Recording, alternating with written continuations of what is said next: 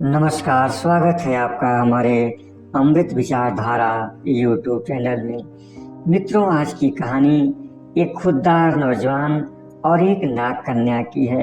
एक 24 वर्ष का खुददार नौजवान अपनी मां के साथ एक नगर की गलियों में रहता था। उस नौजवान का नाम गगनदीप था। वह एक टैक्सी ड्राइवर था। अभी कुछ दिन पहले ही गगनदीप ने वह टैक्सी किस्तों में खरीदी थी। वो अपनी टैक्सी से इतना कमा लेता था कि माँ और बेटे दोनों का गुजारा भी हो जाता और कुछ पैसे बचाकर वह टैक्सी की किस्त भी जमा कर देता। गगनदीप की माँ हमेशा उसे यही पाठ पढ़ाती थी कि बेटा, किसी सवारी से नाजायज पैसे मत लेना। माँ की छोटी छोटी संस्कार भरी बातों ने गगनदीप को खुददार बना दिया था। आज जब गगनदीप सुबह सोकर उठा तो उसकी माँ भी सोई हुई थी। उसने अपनी टैक्सी चालू की और गली से बाहर आ गया। गली से बाहर आते ही उसे एक सवारी मिल गई। उसने सवारी को बिठाया और हाईवे की ओर चल पड़ा। सुबह के समय सड़क बिल्कुल सुनसान थी, लेकिन जब गगनदीप सवारी को छोड़कर वापस लौटा तो दिन के 11 बज गए थे। उसे जोरों की भूख लगाई थी।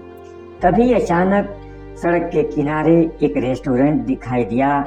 रेस्टोरेंट में अच्छी खासी भीड़ थी। गगनदीप ने अपनी गाड़ी खड़ी की और रेस्टोरेंट में जाकर बैठ गया। तभी अचानक एक लड़की वहां आई। उस लड़की ने अपना चेहरा दुपट्टे से ढका हुआ था। उस लड़की ने खाने का आर्डर पूछा तो गगनदीप ने एक प्लेट बिरयानी लाने को कहा। फिर कुछ ही मिनटों में उस लड़की ने एक प्लेट बिरयानी लाकर गगनदीप के सामने रख दिया। खाना खाने के बाद गगनदीप ने पैसे पूछे तो उस लड़की ने कहा, हम पहली बार अपने रेस्टोरेंट में आए हुए ग्राहक से पैसे नहीं लेते। उस लड़की की बात सुनकर गगनदीप चौंक पड़ा। उसने उस लड़की से पूछा कि क्या यह रेस्टोरेंट तुम्हारा है? उस लड़की ने मुंह से नहीं बोलकर हाँ में अपना सर हिला दिया।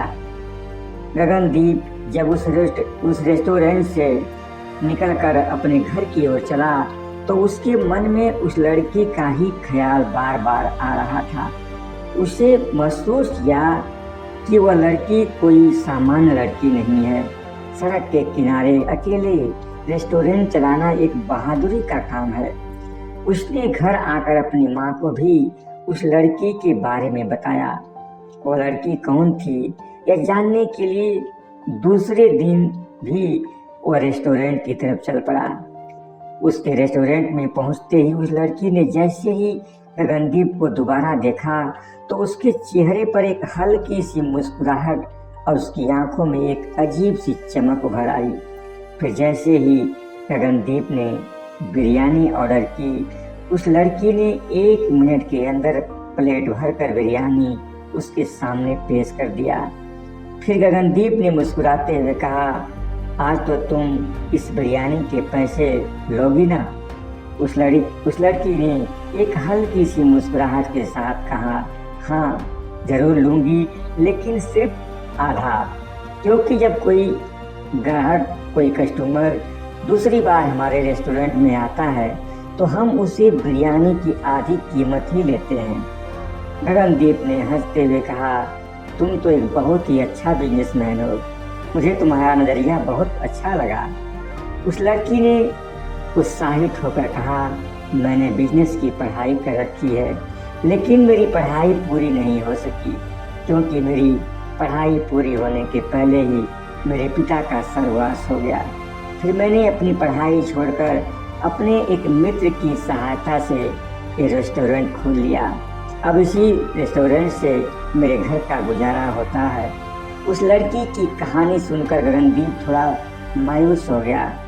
फिर उसने बिरयानी के पैसे दिए और अपने घर की ओर चल दिया। कई दिन गुजर गए। गगनदीप उस रेस्टोरेंट में दोबारा नहीं गया क्योंकि महीने के आखिर में उसे अपने घर का किराया भी देना था और गाड़ी की किस्त भी जमा करनी थी। इसीलिए अब वह सुबह से रात 10 बजे तक गाड़ी चलाने लगा। एक दिन जब वह सुबह घर से निकला तो उसकी माँ फिर सो रही थी। बिना कुछ खाए ही वह घर से निकल पड़ा। जब दिन के 11 बजे तो उसने सड़क के किनारे खड़े एक ठेले के पास अपनी गाड़ी खड़ी की और छोले भटूरे खाने लगा। खाने के बाद उसने ठेले वाले को पैसे दिए और जैसे ही अपनी टैक्सी की ओर बढ़ा, उसके होश उड़ गए। उसकी टैक्सी वहां नहीं थी। शायद उसकी टैक्सी चोरी हो चुकी थी। उसने ठेले के पास खड़े कई लोगों से पूछा, लेकिन किसी को कुछ मालूम नहीं था। वह सर से लेकर पांव तक पसीने पसीने हो गया। यह टैक्सी ही एकमात्र उसके जीने का सहारा थी। वह सोचने लगा, मेरी माँ ने मुझे यही सिखाया है कि हमेशा सच्चाई की राह पर चलना। लेकिन ईश्वर हम जैसे सच्चे इंसान की परीक्षा बार बार क्यों लेता है? मैंने तो कभी किसी का बुरा नहीं किया। ऐसे ही तमाम विचारों में खोया रणदीप सड़क पर चला जा रहा था। अचानक उसने देखा कि कुछ लोग एक रेस्टोरेंट में खाना खा रहे थे। फिर उसे ख्याल आया कि यह रेस्टोरेंट तो उस अनजान लड़की का है। उसे विश्वास ही नहीं हुआ कि अपने विचारों में खोया हुआ वह कब इतनी दूर इस रेस्टोरेंट तक पहुंच गया। वह एक मेज के सामने रखी हुई कुर्सी पर बैठ गया। उसे इस तरह मायूस बैठा देखकर वह लड़की तुरंत वहां आई और पूछने लगी, क्या बात है? आज तुम परेशान लग रहे हो, सब ठीक तो है ना? रणदीप ने सारी बात उस लड़की को बता दी। लड़की ने कहा, मुझे बहुत अफसोस है कि तुम्हारी टैक्सी चोरी हो गई, लेकिन अब तुम क्या करोगे? रणदीप ने एक ठंडी आह भरी और बोला, पता नहीं, और फिर उठकर जाने लगा। लड़की ने कहा, खाना खा करके जाना, लेकिन रणदीप ने खाना खाने से मना कर दिया और वहां से चल दिया। उसके घर आते ही माँ ने कहा, आज बहुत देर कर दी, आओ दोनों बैठकर साथ में खाना खाते हैं। रणदीप ने कहा, माँ तुम खाना खा लो, मुझे भूख नहीं है, आज मैं खाना खा कर आया हूँ। माँ ने कहा, तुम्हारी गाड़ी का क्या हुआ? आज तुम गाड़ी लेकर नहीं आए?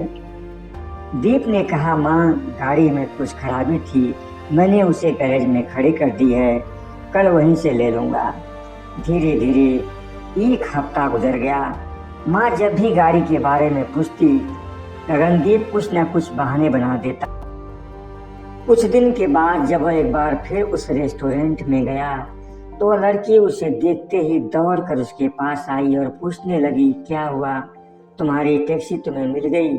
दीप ने कहा, नहीं, और पता नहीं मिलेगी भी या नहीं। उस लड़की ने दीप को दिलासा देते हुए कहा, चिंता मत करो, तुम्हारी टैक्सी तुम्हें जरूर मिल जाएगी।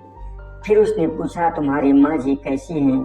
दीप ने कहा, माँ ठीक हैं, लेकिन मैंने उन्हें गाड़ी की चोरी की बात अभी नहीं बताई है। थोड़ी देर चुप रहने के बाद वह लड़की बोली, दीप क्या मैं तुम्हारी कोई सहायता कर सकती हूँ? दीप ने कहा, लेकिन तुम मेरी सहायता कैसे कर सकती हो?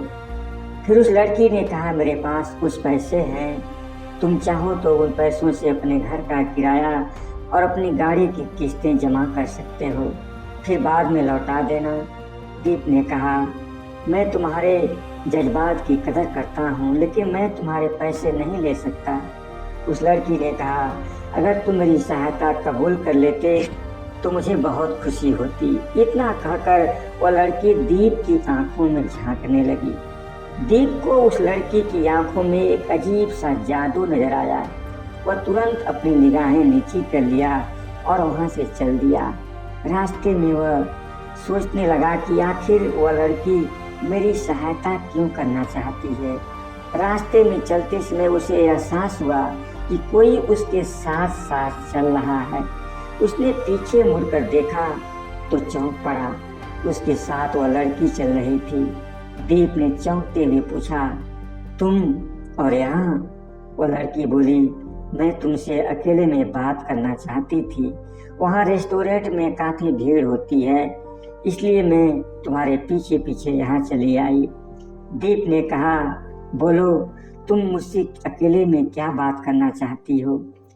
फिर उस लड़की ने कहा, मैं तुम्हें अपनी सच्चाई बताना चाहती हूँ और मेरी सच्चाई यही है कि मैं कोई आम लड़की नहीं हूँ। मैं एक नागलोक की कन्या हूँ। मैं यहाँ इंसानों की दुनिया में अपना भेष बदल कर रहती हूँ। मेरी कुछ गलतियों के कारण कुछ दिन के लिए मुझे यहाँ भेजा गया है। मैं यहाँ लोगों की परेशानियों में उनकी सहायता करती रहती हूँ। उस लड़की की बातें सुनकर गगनदीप अंदर तक सिहर उठा। उसे यकीन ही नहीं हो रहा था। उस लड़की ने एक बार फिर दीप की आंखों में झांका तो दीप उसकी आंखों की गहराई में डूबता चला गया। उस दिन पूरी रात वह उस लड़की के बारे में ही सोचता रहा।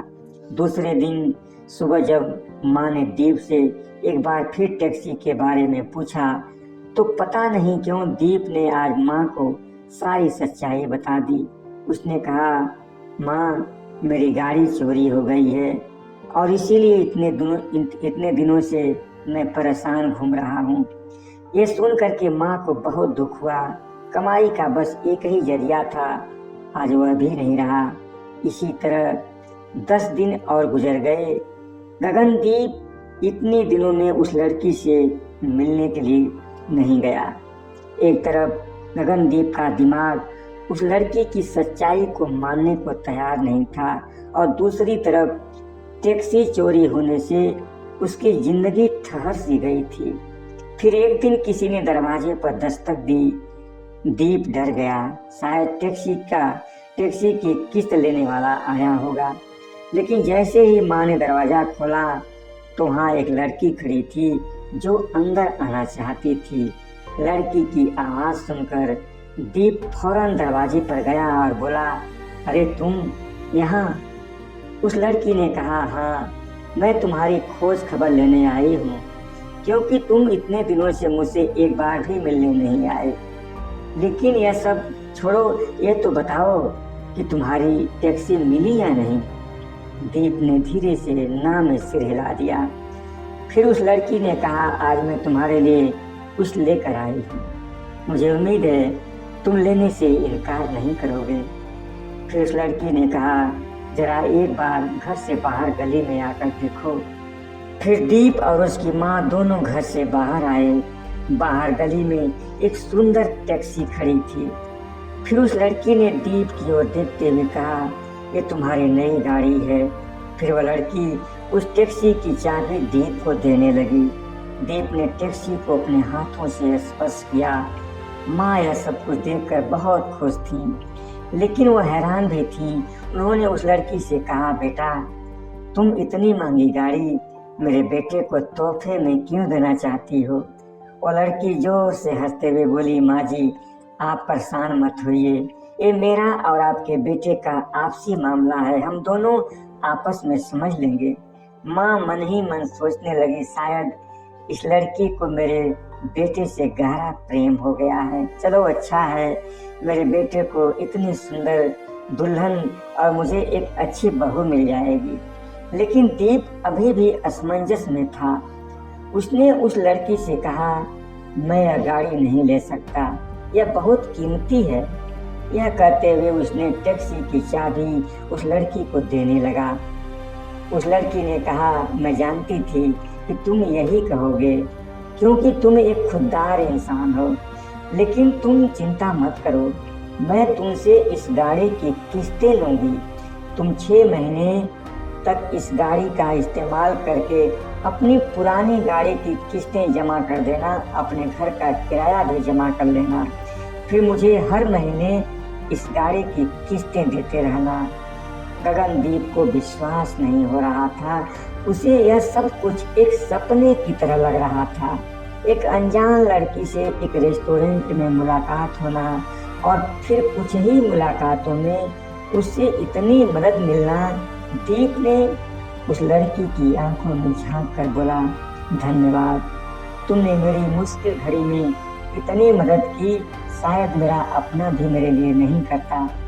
उस लड़की ने मुस्कुराते हुए दीप की ओर देखा और वहाँ से चली गई। माँ ने कुछ मीठे पकवान बनाए। आज वह बहुत खुश थी। उसने उस लड़की की तारीफ करते हुए कहा, ऐसी लड़की तो मैंने जीवन में पहली बार देखी है, किसी के ऊपर अपना सब कुछ न्यौछावर करने वाली। दीप ने उसी समय संकल्प किया कि वह जल्दी से जल्द उस लड़की का सारा कर्ज उतार देगा। उसने दिन रात काम करना शुरू कर दिया। फिर 6 महीने के बाद जब वह उस लड़की को कुछ रकम की किस्तें देने के लिए रेस्टोरेंट जाने लगा तो वहां पहुंचकर उसके होश उड़ गए। वहां अब कोई रेस्टोरेंट नहीं था, वह लड़की भी कहीं नहीं मिली। उसने कई लोगों से पूछा लेकिन कोई भी उसके बारे में नहीं जानता था। वह मायूस होकर घर लौट आया। फिर दूसरे दिन वह उस जगह पहुंचकर उस लड़की की तलाश किया। इस तरह वह कई दिनों तक वहीं जा करके कई चक्कर लगाता रहता कि शायद एक दिन वह लड़की उसे मिल जाए। फिर एक दिन मायूस होकर वह सड़क के किनारे खड़ा था कि पीछे से किसी ने उसे आवाज दी। उसने पलट कर देखा तो चौंक पड़ा। उसके सामने वह लड़की खड़ी थी। दीप ने कहा, अरे तुम कहाँ चली गई थी? मैंने तुम्हें कहाँ नहीं ढूंढा। उस लड़की ने कहा, मैंने तुम्हें एक बार बताया था कि मैं नागलोक की एक कन्या हूँ और यहाँ मनुष्यों के बीच बस उस दिन के लिए ही आई हूँ और अब मेरा काम खत्म हो चुका है, अब मुझे यहाँ से जाना होगा। गगनदीप उसे रोकना चाहता था। उसने अपनी भावनाओं में बहकर उस लड़की का हाथ थाम लिया। उस लड़की ने धीरे से अपना हाथ पीछे कर लिया। दीप शर्मिंदा हो गया। उस लड़की ने कहा, मैं तुम्हारे दिल के जज्बातों को समझ रही हूँ, लेकिन तुम एक इंसान हो और मैं एक नागलोक की कन्या। मेरी दुनिया में मेरे लिए कुछ पाबंदियां हैं जिन्हें मैं तोड़ नहीं सकती। फिर जैसे ही वह लड़की वहां से जाने लगी, दीप ने अपने साथ लाए किस्तों के पैसे उसे देने लगा। फिर उस लड़की ने मुस्कुराते हुए कहा, मैंने तुम्हारी मदद इसलिए की क्योंकि तुम एक अच्छे इंसान हो और अगर तुम मेरा कर्ज उतारना चाहते हो तो अपने ही जैसे किसी अच्छे जरूरतमंद इंसान की मदद कर देना। तुम्हारे ऐसा करने से मेरा कर्ज अपने आप उतर जाएगा। फिर वह लड़की वहां से चली गई। दीप उसे जाते हुए देखता रहा। आज उसे ऐसा लग रहा था कि जैसे पूरी दुनिया उसके लिए वीरान सी हो गई है। लेकिन जैसे ही उसने अपनी गाड़ी का दरवाजा खोला, उसका पूरा तन बदन एक अनजानी खुशबू से महक उठा। एक ऐसी खुशबू जो उस लड़की के आसपास हमेशा मौजूद रहती थी। उसे एहसास हुआ कि वह लड़की अभी भी एक भीनी महक के साथ उसके आसपास मौजूद है। उम्मीद करता हूँ कि ये कहानी आपको जरूर अच्छी लगी होगी। वीडियो को लाइक और चैनल को सब्सक्राइब जरूर करिएगा। बहुत बहुत धन्यवाद।